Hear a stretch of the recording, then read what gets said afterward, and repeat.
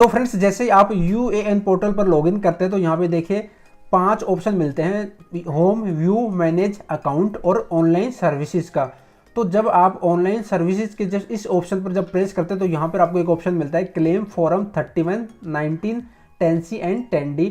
तो आज की इस वीडियो में मैं आपको बताऊंगा कि claim forum 31, 19, 10C and 10D ये फॉर्म कौन सा फॉर्म किस लिए काम आता है। तो चलिए मैं इस पर प्रेस कर देता हूं। जैसे इस पर प्रेस करते तो ये देखिए यहाँ पे इस तरह से ओपन हो जाता है ये पेज, और यहाँ पर आपको मिलेगा online claim forum 31, 19, 10C and 10D।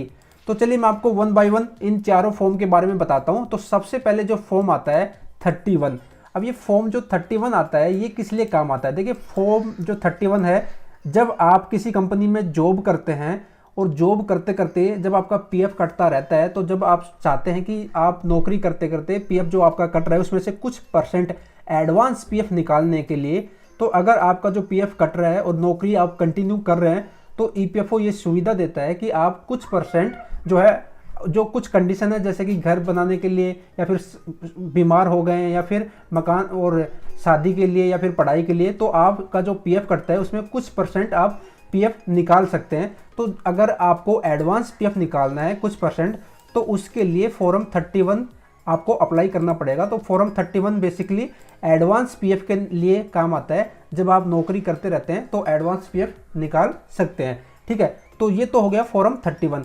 अब बात करते हैं फॉर्म 19 की। जो फॉर्म 19 है वो किस लिए काम आता है मैं आपको बता देता हूँ। जो फॉर्म 19 है वो है फुल एंड फाइनल सेटलमेंट के लिए। जब आप किसी कंपनी में नौकरी करते हैं, आपका पीएफ कटता है, तो आप जब नौकरी छोड़ देते हैं, तो आप जब पूरा पीएफ निकालने जाएंगे फुल एंड फाइनल के लिए, तो आपको फॉर्म 19 फिल करना पड़ेगा। मतलब पूरा पीएफ निकालने के लिए जब आप कंपनी छोड़ देते हैं 2 महीने के बाद, अभी ईपीएफओ का यही नियम है कि पूरा पीएफ का पैसा निकालने के लिए आपको जब कंपनी छोड़ देते हैं तो 2 महीने के बाद अप्लाई कर सकते हैं। तो पूरा पीएफ के लिए निकालने के लिए आपको फॉर्म 19 अप्लाई करना पड़ेगा। ठीक है, अब आती है बात 10C के बारे में कि 10C फॉर्म किस लिए अप्लाई होता है और ये 10C फॉर्म क्या है। तो फ्रेंड्स देखिए, जब आपका पीएफ कटता है तो उसके साथ साथ पेंशन का पैसा भी कटता है। ठीक है, जो आपकी कंपनी है वो 12% देती है, जिसमें से 8.33% तो पेंशन में चला जाता है कि ईपीएस एम्प्लॉय पेंशन स्कीम में चला जाता है। तो जब आप फुल एंड फाइनल पीएफ निकालने के लिए अप्लाई करेंगे तब आपको 10C फॉर्म भी भरना पड़ेगा। तो आपका पूरा का पूरा पीएफ का पैसा भी और पेंशन का पैसा भी आ जाएगा। बट यहाँ पे एक कंडीशन है, अगर आपने नौकरी चाहे वो एक कंपनी में करे हो या फिर मल्टीपल कंपनी में करे हो, अगर आपने 9 साल 6 महीने से ज़्यादा आपने काम कर लिया तो आप इस फॉर्म के लिए एलिजिबल नहीं रहेंगे, आप 10C फॉर्म नहीं भर सकते। अगर आपने 9 साल 6 महीने से कम किया काम तो आप 10C फॉर्म भर के अपना पेंशन का पैसा भी निकाल सकते हैं। देखिए ईपीएफओ का एक नियम है, अगर आपने 6 महीने काम किया किसी कंपनी में, तो 6 महीने से ज़्यादा, एक दिन भी ज़्यादा काम कर लिया आपने, तो ईपीएफओ उसको 1 साल के बराबर मानता है। ईपीएस एम्प्लॉय पेंशन स्कीम के केस में अगर 6 महीने से आपने काम किया तो ईपीएफओ उसको जीरो मानता है, जीरो सर्विस मानता है। ये ईपीएफओ का नियम है। तो अगर आपने 9 साल 6 महीने आपने काम किया तो आपको 10C फॉर्म भर सकते हैं, पेंशन का पैसा पूरा मिल जाएगा। और 9 साल 6 महीने से ज़्यादा आपने काम किया फिर आप 10C फॉर्म के लिए अप्लाई नहीं कर सकते। ठीक है, तो ये हो गया 10C फॉर्म। अब मैं आपको बात बताता हूँ 10D फॉर्म के बारे में कि ये 10D फॉर्म क्या है। जब देखिए आप 9 साल 6 महीने से ज़्यादा काम कर लेते हैं तो जो आपका पेंशन का पैसा है वो आपको नहीं मिलता, वो मिलता है आप जब 58 साल के हो जाएंगे तो आपको ईपीएफओ की तरफ से पेंशन मिलती है हर महीने, और वो कैलकुलेट होती है आपकी सैलरी के हिसाब से कि आपकी सैलरी क्या थी। ठीक है, सबकी जो पेंशन है वो अलग अलग डिसाइड होती है उनकी सैलरी के हिसाब से।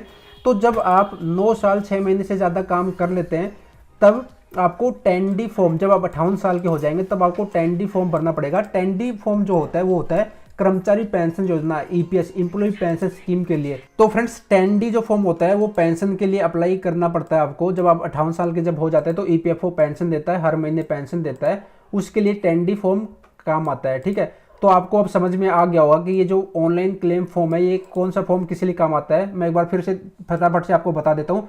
फॉर्म जो 31 फॉर्म है वो एडवांस पीएफ के लिए, फॉर्म 19 जो है वो फुल एंड फाइनल पीएफ के लिए, 10C फॉर्म जो है अगर आपने 9 साल 6 महीने से पहले नौकरी छोड़ दी है तो पेंशन का पैसा विड्रॉ कर सकते हैं, उसके लिए काम कर ले सकते हैं इसको, मतलब पेंशन का पैसा भी निकाल सकते हैं। और 9 साल से ज़्यादा आपने काम किया तो 10C अप्लाई नहीं कर पाएंगे। और फॉर्म 10D जो है, अगर जब आप 58 साल के जब हो जाते हैं, आपकी पेंशन कटते हुए 9 साल 6 महीने से ज़्यादा हो जाती है, जब आप रिटायर हो जाते हैं, कंपनी छोड़ देते हैं, तो आपको EPFO की तरफ से पेंशन मिलती है। और उस पेंशन के लिए आपको 10D का फॉर्म भरना पड़ता है। अभी EPFO का यही नियम है कि जब आप 58 साल के जब कंप्लीट हो जाते हैं तो आपको पेंशन मिलती है आपकी सैलरी के हिसाब से। अगर इसके बावजूद भी आपके मन में कुछ डाउट्स रह जाता है तो मेरे को कमेंट बॉक्स में कमेंट कर देना, जो भी आपका क्वेश्चन रहेगा मैं आंसर दे दूंगा। और फ्रेंड्स, इस तरह की हेल्पफुल नॉलेज बेस्ड वीडियो पाना चाहते हैं, मेरे को सपोर्ट करना चाहते हैं, तो चैनल को सब्सक्राइब कर लेना है, सिंपल। और आप मेरे को इंस्टाग्राम पे भी फॉलो कर सकते हैं, जैसे कि आप स्क्रीन पर देख रहे हैं, मेरी ट्विटर इंस्टाग्राम ID है आई प्रदीप शर्मा। तो मैं प्रदीप शर्मा फिर मिलता हूं आपके साथ एक और latest technical helpful knowledge based video के साथ। तब तक अपने ख्याल रखिएगा। Bye bye.